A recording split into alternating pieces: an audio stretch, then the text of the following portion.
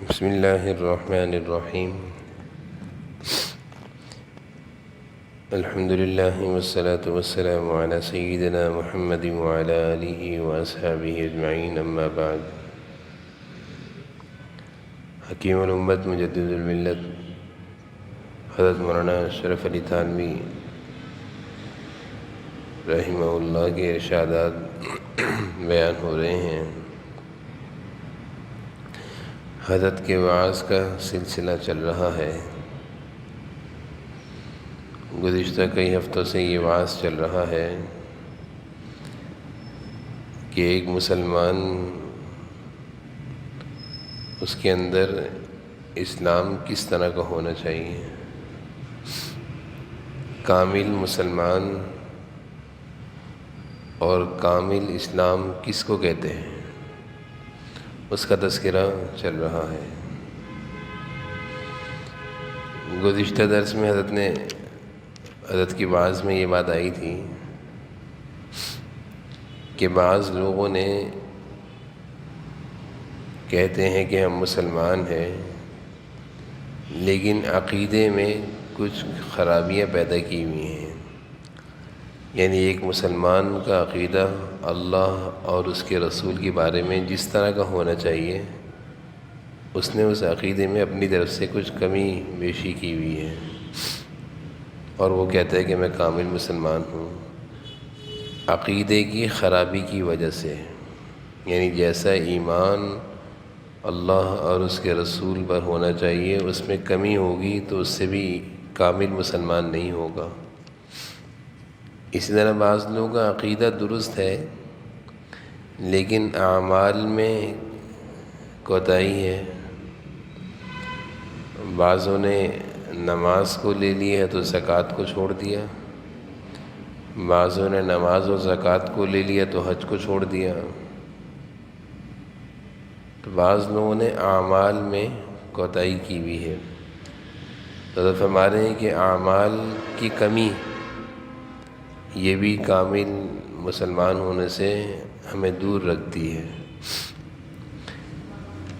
اسی طرح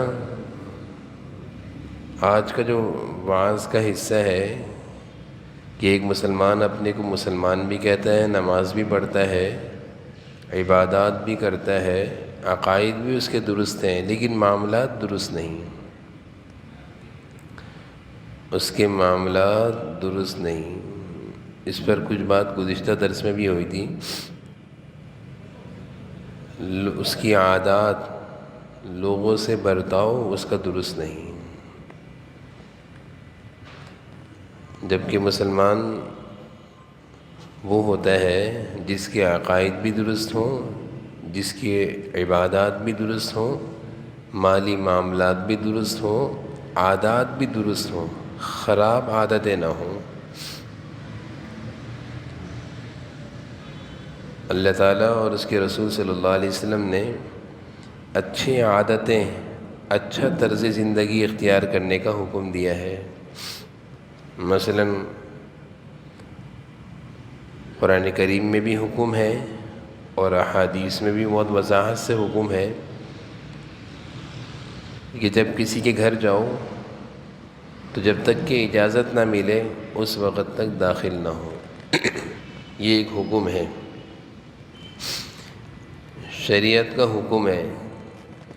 اب کوئی یہ کہے کہ اس حکم کا نماز سے کیا تعلق، عبادت سے کیا تعلق، روزے سے کیا تعلق؟ یہ تو ایک معاشرتی زندگی کا حصہ ہے، مرضی ہے اس پر عمل کرے نہ کرے۔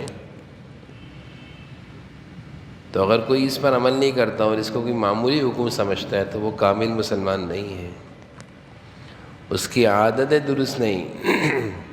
نماز درست ہو اور عادتیں درست نہ ہو اور اپنے کو کوئی کامل مسلمان کہے تو یہ غلط ہے۔ حکم کیا ہے؟ حکم یہ ہے کہ جب کسی کے گھر میں جاؤ تو اجازت لو، ایک دفعہ نہیں 3 دفعہ اجازت لو۔ ایک دفعہ اجازت لی، اندر سے آواز نہیں آئی، ایک طرف ہو کر کھڑے ہو جاؤ۔ پھر دوبارہ اجازت لو، پھر آواز نہ آئے، پھر تیسری دفعہ اجازت لو اور پھر چلے جاؤ۔ پھر واپس چلے جاؤ، پھر نہ رکے رہو، یعنی دروازہ مسلسل پیٹتے نہ رہو۔ جناب نبی کریم صلی اللہ علیہ وسلم کے بارے میں بھی آتے ہیں کہ آپ ایک صحابی کے گھر تشریف لے گئے تو آپ نے دروازہ بجایا، 1 دفعہ، 2 دفعہ، 3 دفعہ۔ جب 3 دفعہ آپ کے بجانے پر اندر سے کوئی آواز نہ آئی تو آپ صلی اللہ علیہ وسلم واپس تشریف لیے، واپس جانے لگے۔ تو شریعت نے ہمیں اس کا بھی حکم دیا ہے کہ اگر کسی کے گھر جاؤ تو اجازت لے کر جاؤ، کسی کے کمرے میں داخل ہو تو اجازت لے کر داخل ہو، کسی کی کوئی چیز لے رہے ہو تو اجازت لے کر لو۔ یہ بھی شریعت کا حکم ہے۔ جس طرح نماز، روزہ، زکوٰۃ، حج شریعت کا حکم ہے، اسی طرح یہ بھی شریعت کا حکم ہے۔ تو بہت سارے لوگ جو عقائد کے پابند ہیں، نماز اور عبادت کے پابند ہیں، لیکن عادتیں درست نہیں، لوگوں سے برتاؤ درست نہیں، اور وہ کہتے ہیں یہ تو اسلام کا حصہ ہی نہیں، کیا ضرورت ہے؟ یعنی اپنی ذات سے کسی کو تکلیف دینے کو گناہ ہی نہ سمجھیں، کسی کی چیز کو بغیر اجازت استعمال کرنے کو برائی نہ سمجھیں، بلا اجازت کسی کے گھر میں داخل ہونا ان کے نزدیک کوئی بری بات نہیں، اور وہ کہیں کہ اس کا اسلام سے کیا تعلق ہے؟ تو اسلام تو ایک کامل مکمل مذہب ہے۔ اسلام جہاں ہمیں عبادتیں سکھاتا ہے وہاں ہمیں رہن سہن کا طریقہ بھی تو سکھاتا ہے، وہاں ہمیں اسلام اچھی عادتیں، اچھے اخلاق کا بھی تو حکم دیتا ہے کہ اپنی ذات سے کسی کو تکلیف نہ دو، کوئی ایسا کام نہ کرو جس سے کسی کو تکلیف ہو یا مسلمانوں پر کوئی بری تہمت لگے۔ کوئی یہ کہ ایسے ہوتے ہیں مسلمان، ایسے ہوتے ہیں نمازی، ایسے ہوتے ہیں عبادت گزار، ایسے ہوتے ہیں حج کرنے والے، ایسا کوئی کام نہ کرے۔ تو میں یہ عرض کر رہا تھا، حضرت کا اس وعظ میں یہ بات ارشاد فرما رہے ہیں حضرت کہ کامل مسلمان وہ ہے کہ جس کے عقائد بھی درست، جس کی عبادات بھی درست، جس کے معاملات بھی درست، جس کے لوگوں سے برتاؤ بھی درست۔ یہ بہت بڑی چیز ہے، یعنی کسی کی چیز بغیر اجازت استعمال کرنے کو کوئی گناہ ہی نہیں سمجھتا۔ آفس گئے، وہاں کا پین اٹھا کر لے آئے گھر، اس کو گناہ ہی نہیں سمجھتے۔ بھائی آفس کی چیز ہے، آفس کے استعمال کے لیے دی تھی، مثال دے رہا ہوں۔ آفس کا کام کر رہے ہیں، وقت متعین ہے، وقت کم دے رہے ہیں، 10 گھنٹے کی ڈیوٹی ہے، 8 گھنٹے ڈیوٹی دے رہے ہیں، اور خاموشی سے نکل کر آ جاتے ہیں 10 گھنٹے کی حاضری لگا کر، اور اس کو گناہ بھی نہیں سمجھتے، اس کو گناہ بھی نہیں سمجھتے اس کا نماز سے کیا تعلق، اس کا اسلام سے کیا تعلق، اس کا مسلمانوں سے کیا تعلق؟ یہ تو عمومی زندگی ہے، ایسا نہیں ہے، ایسا نہیں ہے۔ اسلام اپنے ماننے والوں کو ایک اچھی زندگی کی ترغیب دیتا ہے کہ تمہارے معاملات، اخلاق، عادات، معاشرت، عبادت، عقائد سب درست ہوں۔ پھر مزید حدیث شریف میں آتا ہے، جب کوئی کسی جگہ 3 آدمی ہوں تو 3 آدمی میں سے 2 آدمی اکیلے سرگوشی نہ کریں۔ مثال ہے کہ 2 آدمی اکیلے بیٹھ کے چھپے سے باتیں کر رہے ہیں، ایک کو چھوڑ دیا، تو یقینی بات ہے اس ایک کے دل میں بات آئے گی کہ یہ میرے خلاف بات کر رہے ہیں، یہ میرے خلاف کچھ کہہ رہے ہیں۔ تو ہمیں حضور اکرم صلی اللہ علیہ وسلم کی تعلیم ہے، ایسا نہ کرو، ایسا نہ کرو۔ اس سے کیا ہوگا کہ جو تیسرا ہے اس کے دل میں خیال آئے گا، اس کو تکلیف ہوگی، وہ ہماری اس حرکت سے اس کو وہ خفا ہوگا۔ تو اس طرح کرنے سے بھی مسلمانوں کو روکا گیا ہے کہ ایسا نہ کرو۔ تو یہ کچھ بری عادتیں ہیں جس کی وجہ سے ہم سمجھتے ہیں کہ کوئی نقصان نہیں ہو رہا، بلکہ یہ ایسی بعض بری عادتیں ہوتی ہیں جس کی وجہ سے ہم گنہگار ہو رہے ہوتے ہیں۔ جیسے نماز چھوڑنے سے ہم گنہگار ہوتے ہیں، روزے اور حج کی میں کوتاہی کرنے سے ہم گنہگار ہوتے ہیں، اسی طرح ان بری عادتوں کے کرنے سے بھی ہم گنہگار ہوں گے اگر ہم نے ان کو نہ چھوڑا۔ اسی طرح بعض لوگ ساری چیزوں کے پابند ہوتے ہیں لیکن اخلاق اچھے نہیں ہوتے. اخلاق سے مراد باطنی کیفیت، باطنی کیفیت یعنی ان کے اندر کینہ ہے، حسد ہے، بغض ہے، دنیا کی محبت ہے، مال کی محبت ہے، اور وہ اس کو برا بھی نہیں سمجھتے. وہ اس کو برا بھی نہیں سمجھتے کہ یہ کوئی بری چیز ہے. یہ بھی بری چیز ہے، یہ بھی مسلمان کی شان کے خلاف ہے، یہ بھی مسلمان کی شان کے خلاف ہے. اس کے لیے لازم ہے کہ جس طرح وہ دیگر عبادات کا اہتمام کرتا ہے اسی طرح وہ اپنے باطن کو بھی گناہوں سے پاک کرے نا. ہمارے دلوں میں دنیا کی محبت ہے، یہ بھی تو برا ہے، یہ بھی تو برائی ہے. ہمارے دلوں میں کسی کے لیے کینہ ہے، حسد ہے، بغض ہے، یہ بھی تو برا ہے.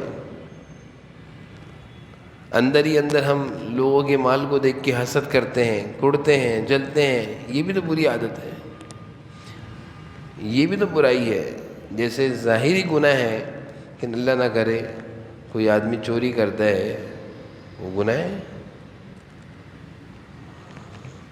اسی طرح یہ ظاہری گناہ ہے چوری کرنا. اسی طرح ایک باطنی گناہ کیا ہے کہ کوئی آدمی کسی کے مال کو دیکھ کے جلتا ہے، حسد کرتا ہے، کسی کی ترقیوں سے جل رہا ہے، کسی کے لیے دل میں نفرت لے کر گھوم رہا ہے. بغض، عناد، حسد، دنیا کی محبت بھری ہوئی ہے، اللہ کی محبت نہیں ہے. تو یہ بھی تو ساری برائی ہیں، یہ بھی ساری برائی ہیں. اگر کسی کے اندر یہ چیزیں ہیں، ظاہری اسلام اس کا بہت اچھا ہے، وضع قطع اس کی بہت اچھی ہے، ظاہری وضع قطع اس کی بہت اچھی ہے، اندر سے خراب ہے. جیسے کوئی آدمی ہو جسمانی لحاظ سے اس کی آنکھ صحیح ہے، اس کا ہاتھ صحیح ہے، اس کے پاؤں صحیح ہیں، لیکن اللہ نہ کرے اندرونی طور پر اس کا جگر صحیح نہیں، معدہ صحیح نہیں، دل صحیح نہیں، تو کیا وہ صحت مند انسان ہے؟ وہ اپنے کو صحت مند کہے گا؟ اگر اس سے کوئی کہے کہ ماشاءاللہ آپ کا ظاہر تو بہت اچھا ہے، آپ بیمار نظر نہیں آتے، آپ کا ظاہر بہت اچھا ہے، آپ کی آنکھ، آپ کے پاؤں، آپ چلتے بھی بڑے تیز ہیں، آپ کے ہاتھ بھی چلتے پھرتے ہیں، آپ کی آنکھوں کی بینائی بھی بڑی اچھی ہے، آپ کی زبان بھی بہت تیز ہے، آپ کی سماعت بھی بالکل درست ہے، آپ تو بہت صحت مند ہیں، جبکہ اس کے اندر جگر اللہ نہ کرے، اللہ حفاظت میں کام نہیں کرتا.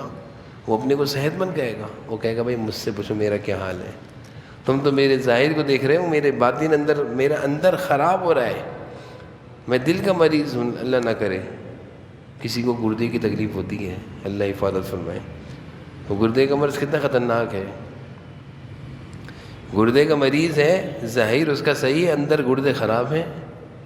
اب اس کو کوئی اگر کہتا ہے کہ آپ تو بڑے صحت مند ہیں، تو وہ اپنے کو صحت مند کبھی بھی نہیں کہے گا، وہ کبھی اپنے کو صحت مند نہیں کہے گا. کہ نہیں بھائی میں صحت مند نہیں ہوں، میرے ہاتھ پاؤں تمہیں صحیح دکھ رہے ہیں لیکن میرے اندر بہت برا حال ہے.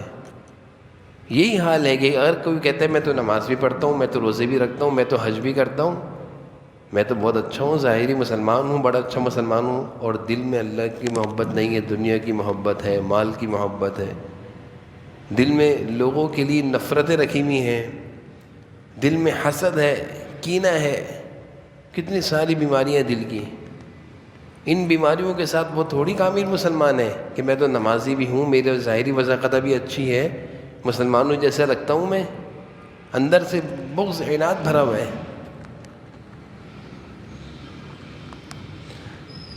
حکیم الامت حضرت تھانوی رحمۃ اللہ علیہ کے خلیفہ حضرت مولانا ابرار الحق صاحب ہردوئی رحمہ اللہ، ہندوستان میں ایک جگہ ہے ہردوئی، وہاں کے رہنے والے تھے. حضرت بہت بڑے اللہ والے تھے اور بہت زیادہ سنتوں کی اتباع کرتے تھے. ایک دفعہ بیمار ہوئے، ڈاکٹروں کے پاس ہسپتال چلے گئے علاج کے لیے. تو حضرت کا علاج ہو رہا تھا، سارے ڈاکٹر جمع تھے. حضرت نے فرمایا بھائی تم ڈاکٹر ہو، تم ہر طرح کی بیماریوں کا علاج کرتے ہو؟ تو ڈاکٹر نے کہا ہاں ہم ہر طرح کی بیماریوں کا علاج کرتے ہیں.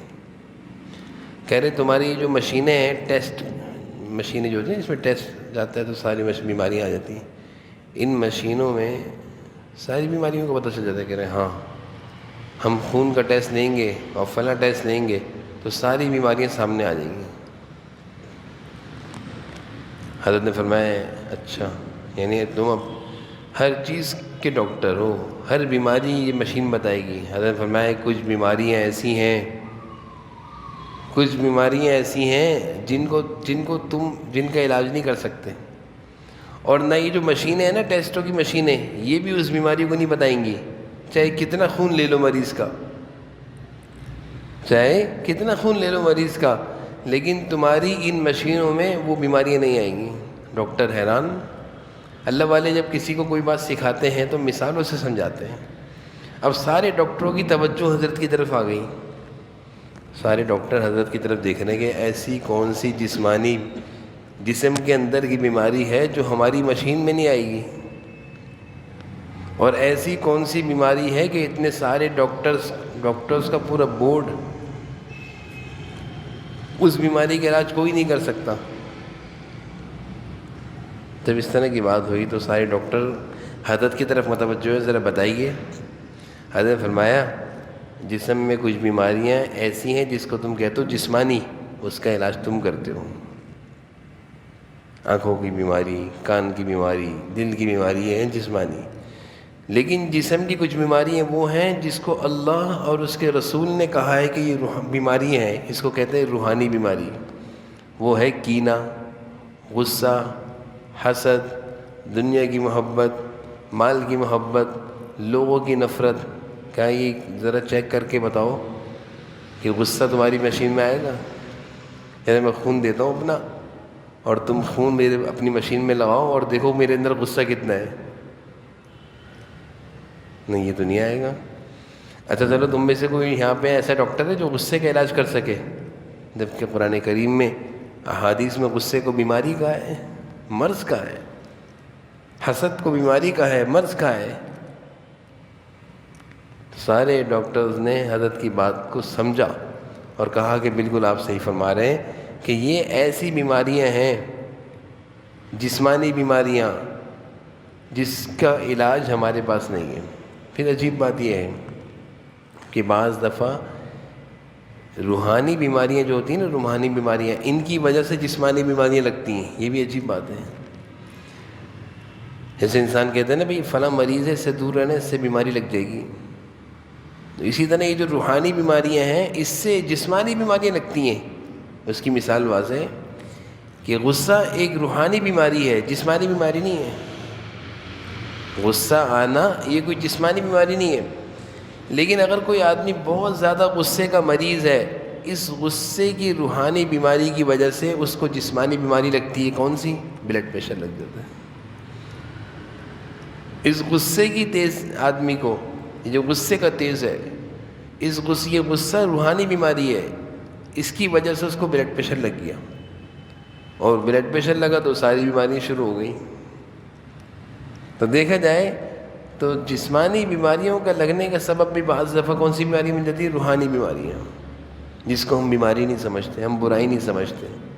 ہم کہتے کیا ہوا؟ دل میں اگر دنیا کی محبت ہے تو کیا ہوا؟ دنیا کی محبت ہوگی، انسان ہر وقت سوچتا رہے گا اور سوچتے سوچتے کہے گا میرے پاس تو کچھ نہیں ہے، میرے پاس تو کچھ نہیں ہے. وہ سوچتے سوچتے ڈپریشن کا مریض بن جائے گا. جسمانی بیماری کیسے لگی؟ روحانی بیماری سے. ایک آدمی سوچ رہا ہے میرے پاس تو کچھ نہیں ہے، میرے پاس تو گھر بھی نہیں ہے، میرے پاس تو گاڑی بھی نہیں ہے. وہ ہر وقت یہ سوچتا رہے تو سوچتے سوچتے وہ ڈپریشن کا مریض بن جائے گا. تو جسمانی بیماری کہاں سے لگی؟ روحانی بیماری سے، دنیا کی محبت. تو ہم جن بیماریوں کو بیماری نہیں سمجھتے، جن برائیوں کو برائی نہیں سمجھتے، وہ بیماریاں اور برائیاں انسان کے جسم کو بھی خراب کر دیتی ہیں. انسان کے جسم کو، دل، اللہ نہ کرے دل کی کسی کو بیماری ہو تو ڈاکٹر کے پاس جاتا ہے. اسی طرح دل، اس کے دل میں اگر دنیا کی محبت ہو تو یہ خطرناک چیز ہے، یہ خطرناک چیز ہے. تو حضرت فرما رہے ہیں کہ بھائی دیکھو، اگر کامل مسلمان بننا چاہتے ہو تو کامل مسلمان وہ ہے جس کا عقیدہ قرآن و حدیث کے موافق ہو. پہلی بات. جس کا عقیدہ قرآن و حدیث کے موافق ہو، اور عبادت یعنی نماز روزہ اس کا درست ہو، نماز روزہ حج زکوٰۃ اس کا درست ہو، اور معاملات لین دین درست ہو. یہ نہیں کہ نمازی بھی ہے، روزہ دار بھی ہے اور لوگوں کو دھوکہ دیتا ہے، خیانت کرتا ہے، مال پر قبضہ کرتا ہے، یعنی مسلمان نہیں، کامل مسلمان نہیں ہے. اور چوتھی چیز فرمائی کہ اس کی ظاہری عادتیں بھی درست ہوں، جو میں نے بھی بتایا نا کہ بغیر اجازت کسی کمرے میں نہ گھس جائے، کسی کی چیز استعمال نہ کرے. اور پانچویں چیز حضرت نے فرمائی کہ باطنی اخلاق، اندر کی بیماریوں سے بھی اس کا دل پاک ہو. کہہ رہے ہیں یہ جب ہوگا، جب یہ پانچ چیزیں اگر کسی کے اندر جمع ہو گئیں تو پھر وہ کہے گا میں کامل مسلمان ہوں، پھر وہ کامل مسلمان کہلائے گا. کیا پانچ چیزیں؟ عقائد قرآن و حدیث کے موافق، عبادت نماز روزہ سنت کے مطابق. نمبر 3 معاملات، کسی کے ساتھ چیٹ نہ کرتا ہو. آج معاشرے میں یہ موت ہے، اس کو گناہ بھی نہیں سمجھتے، کسی کے ساتھ مالی معاملات میں دھوکہ دینے کو گناہ بھی نہیں سمجھتے. اور چوتھی چیز حضرت نے فرمائی کہ ظاہری عادتیں بھی درست ہوں. ظاہری عادتوں سے مراد جو میں نے ابھی عرض کیا کہ کسی کی چیز بغیر اجازت استعمال نہ کرے، کسی کے گھر میں بغیر اجازت کے استعمال نہ ہو، داخل نہ ہو. اور پانچویں چیز حضرت نے فرمایا اس کا باطن، اس کا دل دنیا کی چیزوں سے خالی ہو، حسد کینہ بغض و عداوت سے اس کا باطن خالی ہو. جب یہ پانچ چیزیں ہمارے اندر جمع ہو گئیں تو ہم کامل مسلمان کہلانے کے لائق ہوں گے. اگر ان پانچ چیزوں میں ہمارے اندر کوتاہی ہے، نماز درست نہیں، تو ہم کامل مسلمان نہیں. کامل مسلمان کی بات ہو رہی ہے. معاملات درست نہیں، لوگوں کے سے ہم غلط بیانی کرتے ہیں، مالی معاملات میں دھوکہ دیتے ہیں، تو ہم کامل مسلمان نہیں ہیں. ہماری ظاہری عادتیں درست نہیں، ہم کامل مسلمان نہیں. ہمارے باطن میں، دل میں دنیا کی محبت ہے، کینہ ہے، حسد ہے، ہم کامل مسلمان نہیں. تو حضرت نے پورے وعظ کا خلاصہ بیان کر دیا کہ اگر کامل مسلمان بننا چاہتے ہو تو اپنے عقیدہ بھی درست کرو، قرآن و حدیث کی موافق. غلط عقیدہ نہیں ہو، غلط اللہ اور اس کے رسول کو اصل جانو، اس کے اللہ اور اس کے رسول کی تعلیم کے مطابق چلو. اللہ تعالیٰ حضرت کے ان ارشادات کو سمجھنے کی توفیق نصیب فرمائے، اور اللہ تعالیٰ اس کے مطابق ہمیں کامل ایمان اور کامل اسلام اختیار کرنے کی توفیق نصیب فرمائے. وآخر دعوانا الحمدللہ رب العالمین. ذکر کی مجلس ہوگی.